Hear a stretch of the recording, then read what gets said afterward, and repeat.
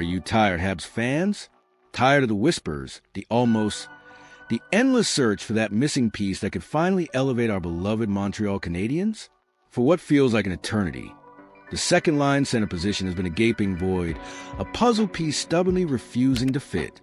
But what if I told you that the silence of this past summer, the quiet frustration, is about to be shattered by a blockbuster proposal so audacious, so perfectly timed, it could redefine the Canadiens' trajectory for years to come? Get ready, because the pursuit of excellence never truly rests in Montreal. And today, we're diving headfirst into a trade pitch that could finally bring the thunder. General Manager Kent Hughes, a man who wears his ambition on his sleeve, openly admitted his disappointment with the NHL's quiet summer. Yet, even in that relative calm, he managed to pull off some significant moves, bringing in star defenseman Noah Dobson and promising young forward Zach Bolduc. These weren't minor tweaks. These were statements of intent. But the elephant in the room, the one piece of business that has eluded the Canadiens, has been the acquisition of that elusive second-line center. They've scouted, they've deliberated, they've done their due diligence. But so far, the perfect fit has remained just out of reach. And let's be honest, the fan base is restless. We've seen flashes of brilliance from various players attempting to fill that role, but consistency, that true top-six presence, has been fleeting. It's a position that dictates offensive flow, provides crucial support to Nick Suzuki, and adds much-needed depth to the attack. Without it, the top line can feel isolated, and the offense, at times, can become predictable. The urgency for a solution isn't just a talking point. It's a strategic imperative. While Hughes and his team haven't landed their man yet, don't for a second think they've abandoned the chase.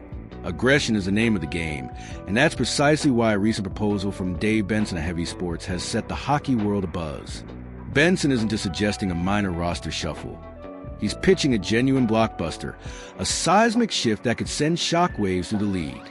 His target? None other than New York Islanders star center, Bo Horvat. Now, let's break down this proposed deal, because it's a big one. Benson suggests the Montreal Canadiens would receive Bo Horvat, a proven, battle-tested leader and consistent offensive threat.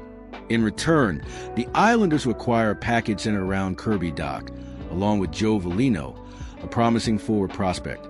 And here's where it gets interesting, with options like Joshua Roy, Owen Beck, or Oliver Kapanen, and a 2026 second-round pick. This isn't just a trade, it's a statement.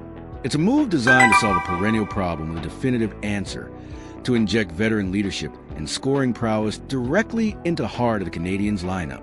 So why Bo Horvat? Benson eloquently puts it. For Canadiens, it finally puts to rest a deafening discussion about who will center their number 2 line. And he's absolutely right. Horvat, at 30 years old, is a consistent producer and a natural leader. Throughout his 12-plus season career, he's demonstrated a remarkable ability to put up points, play a strong two-way game, and carry significant responsibility. Imagine him sliding in seamlessly behind Nick Suzuki, creating a formidable 1-2 punch down the middle. This isn't just about adding a center. It's about adding a legitimate threat, a player who can drive play, win face-offs, and contribute on both the power play and penalty kill. His contract, an 8-year, $68 million extension signed the Islanders in 2023, still has 6 years remaining. While that's a significant commitment, it also offers long-term stability at a crucial position. For a team like Montreal, looking to build a sustainable contender, having a veteran presence like Horvat locked in for the foreseeable future is incredibly appealing. He brings a blend of experience, skill, and grit that would instantly elevate the Canadiens' forward group and provide invaluable mentorship to the younger players. He's not just a scorer. He's a tone setter, a player who leads by example and demands excellence from those around him. But what about the other side of the coin? Why would the New York Islanders, a team that just signed Horvat to a long-term deal, consider moving him? This is where the narrative shifts dramatically. Benson argues that for the Islanders, this trade would put an emphatic stamp on new general manager Matthew Darch's commitment to rebuilding the franchise. Darche, hired in May after Lou Lamoriello's departure, has already made significant waves. He inherited a team in transition and, through a stroke of draft lottery luck, landed the first overall pick, securing Matthew Schaefer. He then orchestrated the Noah Dobson trade with Montreal, adding 2 more first-round selections to an already burgeoning prospect pool. The Islanders have been aggressively loading up on future assets.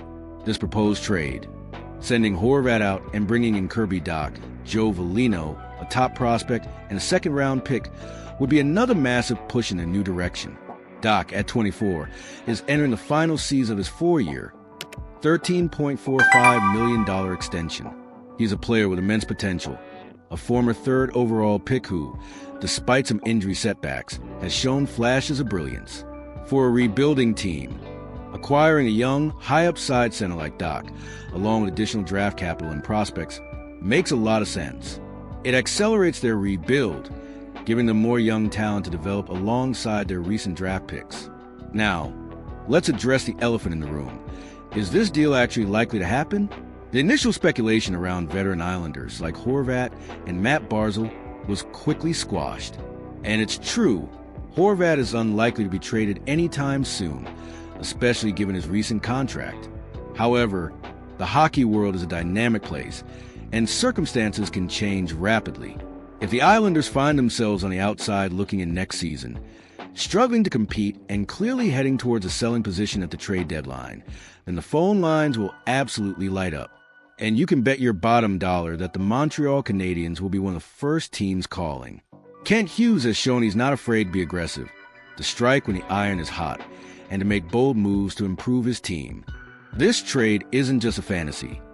It's a strategic possibility that hinges on the Islanders' performance and their long-term vision under Matthew Darche.